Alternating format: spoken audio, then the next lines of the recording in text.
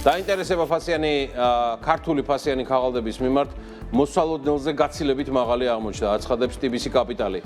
9 მილიარდიანი ევრობონდის წარმატებული რეფინანსირება ქართული რისკების მიმართ მაღალ ნდობაზე მიუთითებს. გალტენ ტაგარტი, წამყვანი ქართული საინვესტიციო ბანკები ასე აფასებენ საქართველოს ევროობლიგაციების განთავსებას.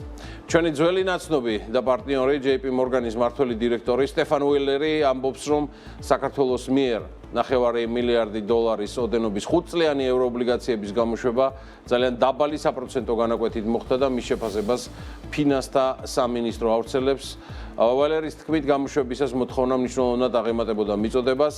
ჩვენ ვიხილეთ 5.5-ჯერ მეტი მოთხოვნა 100-ზე მეტი ინვესტორისგან მთელი მსოფლიოს მასშტაბით, განსაკუთრებით აქტიურებდნენ შეერთებული შტატები, დიდი ბრიტანეთი და მსოფლიოს სხვა ქვეყნები.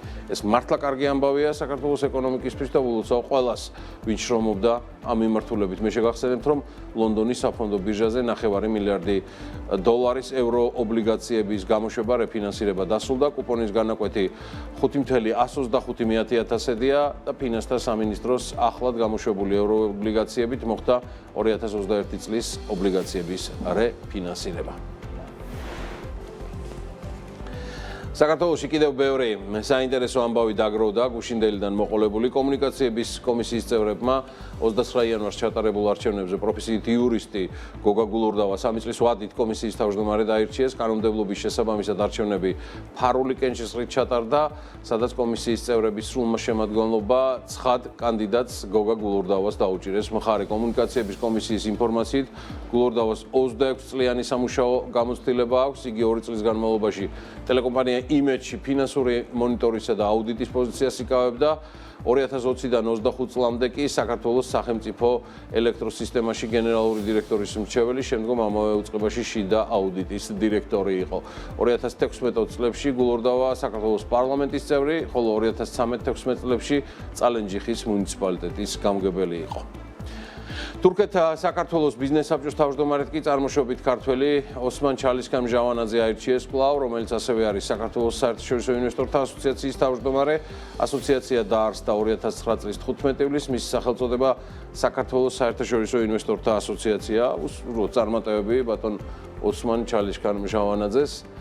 არ დაგვავიწყდეს თორნიკე ზირაქიშვილის ამბავი, რომელიც კომპანია Eagle Hills-ის გენერალური მენეჯერი გახდა. მედიაში გავრცელებული ინფორმაცია BMG-ს თავად ზირაქიშვილმა დაუდასტურა.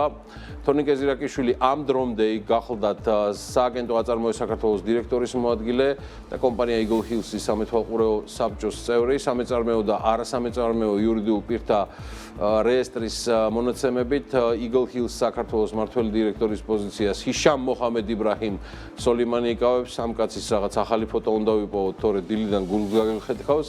თორნიკე ზირაქიშვილი სად და რა პოზიციაზეც არ უნდა იყოს წარმოდგენილი.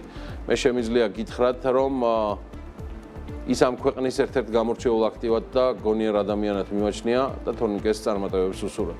შეგახსენებთ, რომ სახელმწიფო პროექტებში უძრავი ქონებით შედის, სახელმწიფო შედის უძრავი ქონებით აი ამ პროექტში, რასაც ქვია Eagle Hills-ი, გონიოში არსებული 260 ჰექტარი და თბილისის მიმდებარედ არსებული 590 ჰექტარი. ინვესტორმა კი უნდა მოამზადოს არქიტექტურული პროექტი და მოიზიდოს მისი განხორციელებისთვის საჭირო კაპიტალი, რაც წინასწარი შეფასებით 6 მილიარდ 600 მილიონ დოლარს შეადგენს. კარგი ამბებიდან არის ის, რომ მარაბდა კარწახის რკინიგზაზე ტვირთების ექსკლუზიური გადამზიდავი საქართველოს რკინიგზა იქნება. PTK Railways ამ მონაკვეთზე საქართველოს რკინიგზის მიერ გადაზიდვების ექსკლუზიური წარმოების უფლების შესახებ შეთანხმებას ამ დღეებში მოეწერა ხელი, როდის ვერ გეტყვით.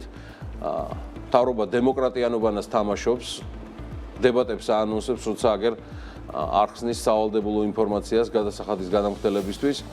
კიდევ ამბავია ის, რომ სომხეთის ეკონომიკის მინისტრის გევორგ პაპოიანის განცხადებით, სომხეთი რუსეთიდან თხევად გაზს და ბიტუმს აზერბაიჯანული რკინიგზის გავლით მიიღებს.